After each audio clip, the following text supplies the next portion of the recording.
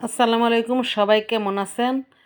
আলহামদুলিল্লাহ আমি ভালো আছি। এই যে শাকটা দেখতেছেন, এটা হচ্ছে আমাদের পরিচিত একটা শাক, কচু শাক। এর গায়ে আপনি যতই পানি ঢালবেন আপনার এর গায়ে লাগবে না।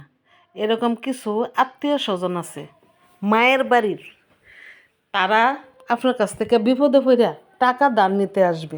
যদি আপনি মায়া করে টাকাটা দিয়ে দেন, যখন আপনার হাত থেকে তার পকেটে উঠে পড়ব, তখন দেখবেন এই টাকাটা মনে করব তার বাপদাদার সম্পদ বিক্রি করার টাকা। এই টাকাটা আর দিতে হবে না।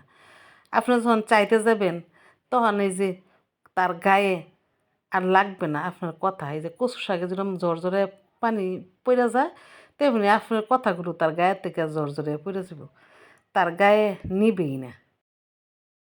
আপনার টাকা যাওয়ার পরে আপনার লজ্জা লাগবো, চাইতে চাইতে এক সময় আপনার লজ্জা লাগবো, কিন্তু তার কোনো লজ্জা লাগবে না।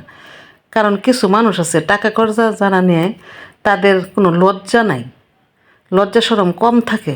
তো সেই জন্য বলি, আপনি আত্মীয় স্বজনদের টাকা দিবার আগে চিন্তা ভাবনা করে দিবেন। যদি দিতেই হয় ভিক্ষা দিবেন, হাওলাত দিবেন না, কর্জা দিবেন না। কারণ কর্জা দিতে গেলে চাইলে আর পাইতেন না, আপনার সাথে সম্পর্ক নষ্ট হইব।